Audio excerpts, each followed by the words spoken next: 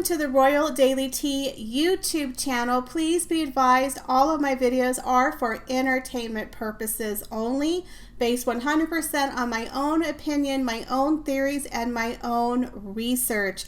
All of my information can be found on the public domain and falls under the fair use guidelines. Please feel free to do your own research.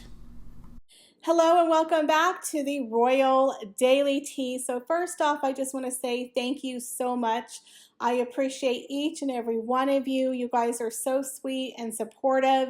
My comment section is just amazing.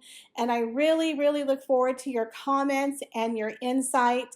And I love to see familiar names and faces in the comment section.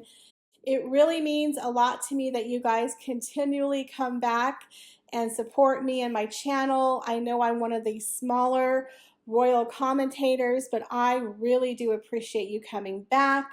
I believe the Royal Daily Tea family is one of the best, and we built up a very nice community here on YouTube and on TikTok, and hopefully I'll get you guys over to the website where we can all interact a little bit more personally. That is my goal anyway. But I just want to say I adore you guys, and I really appreciate all of the support. Again, if you hear a lot of noise in the background, it's my air conditioner. I apologize. So we'll just have a little Royal Daily Tea and some ASMR. So now on to the video. Was Harry hoodwinked by Meghan?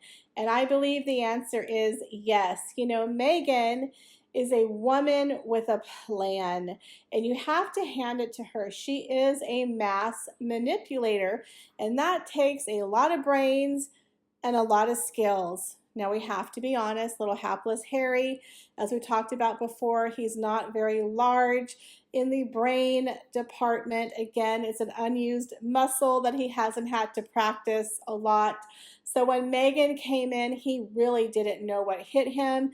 And to be honest, most people would not have known what she was, who she was, and what she was going to do, except of course, her own family, right? Her own family. Who would have thunk they would actually know who she was? And the sad thing is they were right. Remember that? Remember when her family came out of the woodwork and we're all, oh my God, that poor Meghan, her family, they're just such white trash. Oh, I can't believe them. And they were all correct. 100% correct. There was the famous quote that Meghan Markle's brother had said on that TV show where he said, I told Harry not to marry her because she was going to ruin your life. Well, 3 years into the marriage, I'm wondering, is Harry starting to have a little bit of buyer's remorse and a little bit of royal regret in marrying Meghan? The word on the street is the toxic duo are having a little bit of marriage problems, and I can imagine poor little Harry's getting a mouthful behind the scenes, because when Meghan isn't happy, nobody's happy. And after that disaster New York trip, oh, you best believe there's some stuff going down in Montecito big time. So as we say, back in the past, you know, when Harry met Meghan, he was fresh off of his breakup with Chelsea Davy. He was playing the third wheel to William and Kate. It was the Three Musketeers, and he was really looking for a woman to come in and be part of the Fab Four, to be part of the royal family. He wasn't looking for a royal exit. He was looking for someone who could take on the pressure and the responsibility of being a working royal. Harry could have left at any time, but he didn't. He was always hanging around with William and Kate, the three of them with all of their mental health, you know, charities, and I used to love watching them interact together. But when he met Meghan, that was not just a clandestine, out of the blue, blind date that just happened. No, that was a very carefully crafted event orchestrated by Meghan. You know, Meghan had decided when she moved to Canada and was working on Suits that she really had her eyes set on the rich, elite men of the UK. She made it well known within her circles, and she started very strategically becoming friends of friends of friends of Harry's. She started to becoming friends with Harry's outer inner circle. So she had so many mutual friends on all different levels that eventually she would be invited to something or be around Harry. It is well known that she went to Soho House. She was making friends with people at events. She was at events with Harry's ex-girlfriend. She kind of was a little bit of a single white female, in my opinion. Did a little bit of stalking, but pretended like, oh, I don't know anything about the royal family, when there's actual video of her talking about Harry and a picture of her holding a magazine of Kate. It's like, do you think people aren't going to research and find this out? Why do you continue to lie?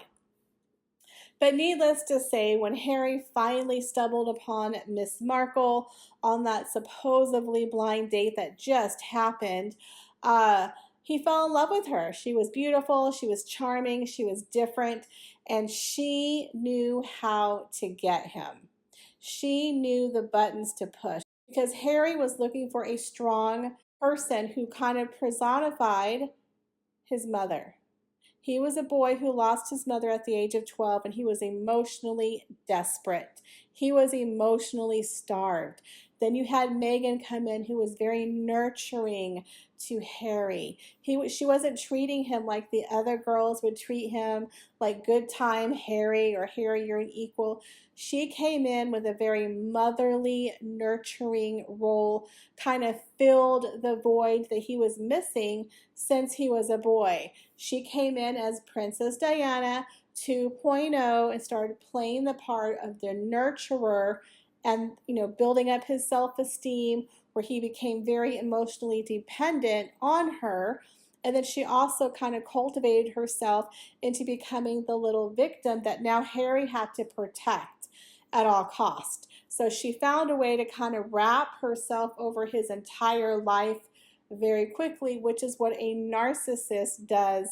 They kind of envelop and engulf their victims to where their victims can't turn, around any corner without that person being in their life. She kind of embodied his entire life and took over and filled a void that he needed filled. So when she, became engaged to him, it was very clear to everyone that, whoa, that happened super fast. What happened? And Harry was so in love with her, he couldn't see straight. He didn't know what his life was before Meghan, because it no longer mattered. He was now whole because she was filling, his love tank, as it was, with the BS and the love bombing that a narcissist does. When Harry met Meghan, she was a very low-key, bohemian California actress on a show. She had her own money. She was a quote-unquote philanthropist, done a lot of charity. So she was basically filling out this fake resume. So when she went in front of the royals, they're like, oh, okay, she has her own money, check. She has a little bit of fame, and she's used to the paparazzi. Oh, okay, check. Oh, she does charity work, and oh, with Africa, oh, ding, ding, ding. Just like Harry, oh, they must be soulmates. Oh, they have all these mutual friends. Oh, it must be destined. They're going to be a perfect match. So what she was doing a couple years before she met Harry was she was building up this fake little resume and cleaning up her background, because she knew once she got in with Harry, she was going to have to go through the background check with the royals. And she already had quite a few things against her. She was an American, she was a commoner, and she was already divorced. So she already had the 3 strikes against her, much like another duchess from America, the Duchess of Windsor, who Her Majesty could not stand, by the way. So that wasn't working well for Meghan, but Harry was so in love with her. And of course, Granny has always had a soft spot for Harry. And let's be honest, Her Majesty the Queen is going to pass away in a few years. And I know her and Philip probably just wanted to be there to see Harry get married. They wanted to see their grandson be happy. So that is why they made a lot of special allowances and they let that wedding happen, because Meghan was a woman of a certain age and she needed to run to the altar. Time was a ticking. She needed to get married and get that royal baby out. I hate to be graphic, but let's be honest, That's what needed to happen. So poor little Harry thinks that he's getting this woman who's very low key, very low maintenance, just very happy, very, oh, I don't mind, living in this very small cramped cottage and, putting my little luggage in the corner, don't fuss over me, Harry. I'm okay with cooking, roast chicken every Sunday, and we can make avocado toast, and we could do yoga poses in the yard. I mean, I'm just kumbaya, Harry. I'm just a philanthropist. I mean, I can live with you in a hut in Africa and just be super happy. I mean, that's all I need, right? Because I'm such a charitable, down-to-earth woman. Wink, wink. So poor little Harry thinks he's getting a woman who wants to be a team player, who doesn't cause a fuss. They only saw each other every 2 or 3 weeks when she would fly in to England, and they would go grocery shopping and play house in his little cottage, and it was just so cute. It was fake. It wasn't real. He didn't know the real Meghan. She was doing the old razzle dazzle, that whole Chicago thing. She Roxy hearted him. He thought he got one woman, and he woke up with another, right? So the minute she got the ring on the finger, things started changing. But before then, she had to sing and dance and pretend to be Ariel and Snow White, and I'm just Meghan, I'm so easygoing. She had to convince everyone around her that she was going to be a team player. She had the resume that the royals were going to approve of, and she was just going to step in line and be part of the Fab Four and live in that little cottage, and she was going to be fine. But we all know that wasn't part of Meghan's real plan. Meghan wanted to take over and modernize the royals. She wanted to be she wanted to be in charge. She thought she was the princess of color and I'm the star. And obviously me and Harry are way more popular than the Cambridges, and we need to have special allowances. People need to step aside because Meghan from Suits has arrived with a tiara, and people need to get in line. So right after she got that little engagement ring on her finger, she started becoming a little bit of a diva, with the whole wedding, fighting with Kate, and, the whole thing where she was fought with Eugenie over a tiara and wanting to put air fresheners in the castle. She started to become a little bit more high maintenance, but by that time, the invitations have been sent. It's out on the press. Nobody had met anyone in her family by this point, and now all the negative press is coming out, but Meghan's just a victim. So poor little Harry thought he was marrying one kind of woman, and he got another. He thought he was marrying the little actress who wanted to wear the matching little friendship bracelets that the little kids from South Africa sewed for them. And the woman who had the 2 bananas on her little Instagram and a little H&M necklace. Well, let's be honest. Meghan probably threw all those pieces of jewelry away. Now she wears $300,000 worth of jewelry, $40,000 worth of wardrobe for 4 days, wants to be on the cover of Time magazine, and wants to give woke speeches and become an activist and a global leader. A little different than the shy little church mouse who was just, I'm going to stay in the cottage. Don't worry about me. I'm fine. Just put my luggage in the corner. It's fine. Now they're living in a $15 million, 11,000 square foot Montecito mansion, right? She's not the little low maintenance Lolita that he thought he was getting. She didn't want to be a team player. She didn't want to be part of the Fab Four. And she convinced Harry that you're better than all of them. We could go to America and we can make a fortune, And poor little hapless Harry is now a photoshopped prince on the cover of Time, a laughing stock, and now he's having to pay for this expensive woman who is going to put him in the broke house very soon because he's not used to working for his dinner. He has to sing for his supper. He was used to being a prince. Everything was handed to him. I mean, the guy barely knew how to brush his teeth by himself. He probably never even cleaned a toilet, had his meals prepared for him, lived rent-free in a palace, got money provided to him. The guy never had to do anything in his entire life. Now he has to earn a living. He has to pay that rent on that mansion, pay for his own security, deal with his wife's expensive habit, give her $300,000 worth of jewelry. This is a woman who has an extreme amount of expensive taste, much like the Duchess of Windsor. She wants to live a certain lifestyle. And now Harry has to feed the beast.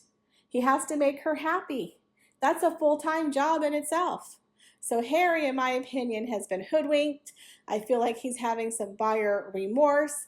And if you look at pictures of him, not to be mean, but if you look at pictures over the past 4 years, he has aged a lot. He has aged a lot. He doesn't look like he's 37. In my opinion, he looks a lot older. He has lost a lot of hair. If you look at his face, you look at his body, he has aged a lot in 4 years. Since he's been with Meghan, he has aged a lot. You can see the stress. You can see the unhappiness on his face, on his body language. He does not look like the same person that we all used to know before he was with Meghan. It's 100% true. And on this New York City trip, the body language was very awkward, was very stiff. And in my opinion, things are not quite so happy in Montecito. In my opinion, the honeymoon is over. Right now, they're making or breaking it. They got to sell that Netflix show. They got bills to pay. They haven't made all the money that they've told people they're going to make. Those checks are not signed. And with their likability not very good, and with people making fun of them, and they're turning into a laughing stock, yeah, I guarantee you Harry's kind of wondering what the hell happened and what happened to the woman I fell in love with 4 years ago, because she doesn't exist. She was an act. Meghan was acting. See, everyone makes fun of Meghan and says Meghan's not a good actress. Well, she actually is a very good actress, but just not on the TV screen. She's very good at manipulating people. She hoodwinked the royal family, and she hoodwinked Harry into marrying her, thinking that she was this low-key actress who's just happy to be there and I'm a team player, to Cruella de Vil. And now Harry has to feed the beast, make her happy, give her a lot of jewelry, give her a lot of clothing, give her a big house. Let's put her on another stage. Because Meghan has to be on stage. She has to be on camera. She has to be giving a speech. She has to be important. And if those things don't happen, Harry's got hell to pay. You don't want to be a staff member in Montecito when Meghan's not happy. You want to hide. You want to dive into a closet. You want to melt into a bookshelf. You know what I'm saying? You know her staff is like, oh crap, Meghan's not happy, and they all just disappear because Meghan's on a warpath, and poor little hapless Harry keeps losing hair.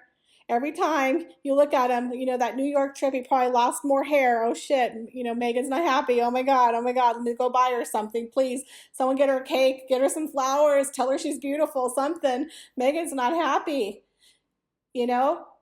We all know people like that, that when they're in a bad mood, you just want to disappear. So I guarantee you over in Montecito, there's a lot of unhappy people, some nannies, some maids, and poor little Harry. They're not having a good time. And there's a lot of reports that, I'm telling you, there's a lot of cracks. Honeymoon's over.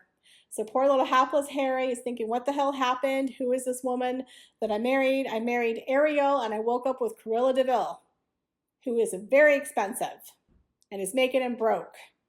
So mark my words, guys. The end is coming, and it might be sooner than later, because when those checks dry up, we all know Megsy is exiting right. So what do you guys think? Was Harry hoodwinked? Did Meghan fool him and pull the wool over his eyes? Leave your comments, guys, down below.